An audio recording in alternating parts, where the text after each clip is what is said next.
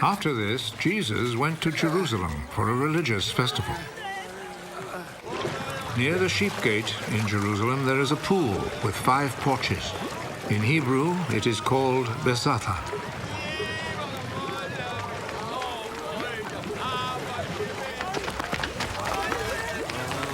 A large crowd of sick people were lying on the porches. The blind, the lame, and the paralyzed.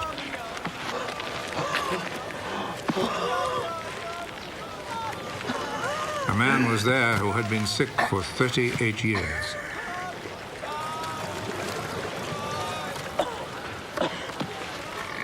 Jesus saw him lying there, and he knew that the man had been sick for such a long time.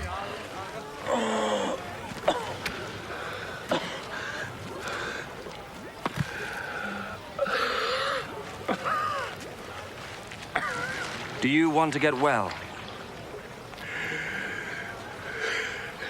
Sir, I don't have anyone here to put me in the pool when the water is stirred up. While I'm trying to get in, somebody else gets there first.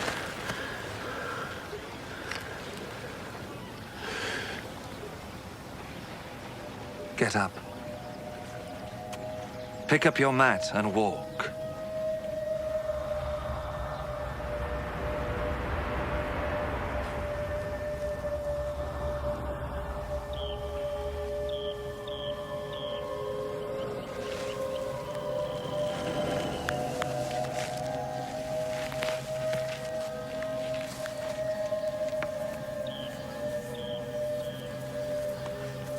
Immediately, the man got well.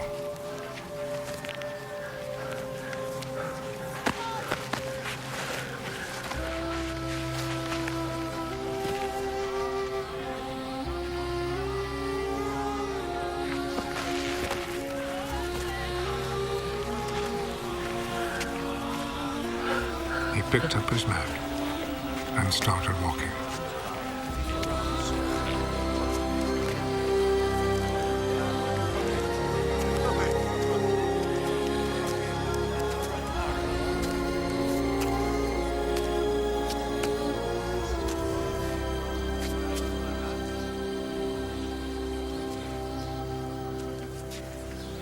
The day this happened was a Sabbath, so the Jewish authorities told the man who had been healed, "This is a Sabbath, and it is against our law for you to carry your mat."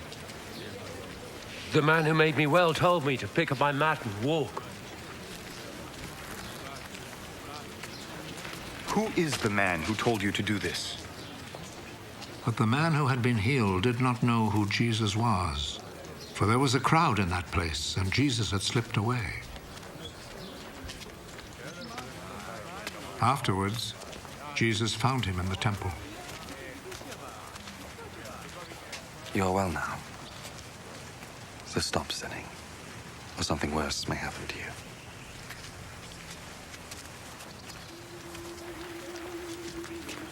Then the man left and told the Jewish authorities that it was Jesus who had healed him.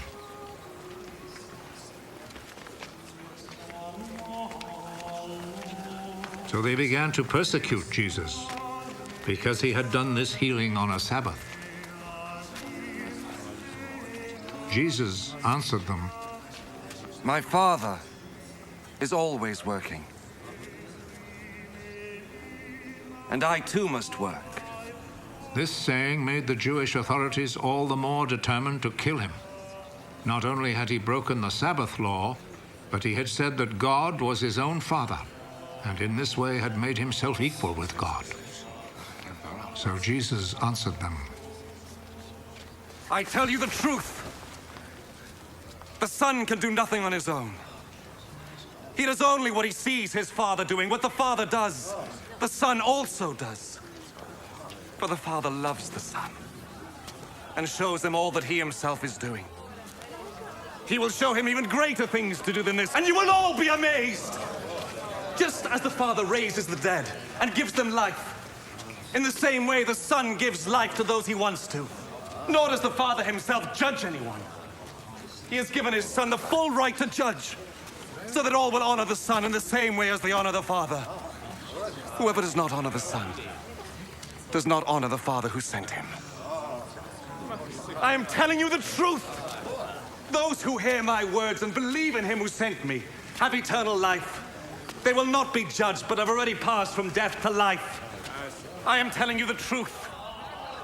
The time is coming. The time has already come when the dead will hear the voice of the Son of God. And those who hear it will come to life. Just as the Father is himself the source of life. In the same way, he has made his Son to be the source of life. And he has given the Son the right to judge because he is the Son of Man. Do not be surprised at this. The time is coming when all the dead will hear his voice and come out of their graves. Those who have done good will rise and live. And those who have done evil will rise and be condemned. I can do nothing on my own authority. I judge only as God tells me, so my judgment is right. Because I am not trying to do what I want, but only what he who sent me wants. If I testify on my own behalf, what I say is not to be accepted as real proof. But there is someone else who testifies on my behalf. And I know that what he says about me is true. John is the one to whom you sent your messengers. And he spoke on behalf of the truth. It is not that I must have a human witness. I say this only in order that you may be saved. John was like a lamp, burning and shining. And you were willing for a while to enjoy his light. But I have a witness on my behalf, which is even greater than the witness that John gave. What I do, that is the deeds my Father gave me to do. These speak on my behalf and show that the Father has sent me. And the Father who sent me also testifies on my behalf. You have never heard his voice or seen his face. And you do not keep his message in your hearts, for you do not believe in the one whom he sent. You study the scriptures because you think that in them you will find eternal life. And these very scriptures speak about me, yet you are not willing to come to me in order to have life. I am not looking for human praise, but I know what kind of people you are. And I know that you have no love for God in your hearts.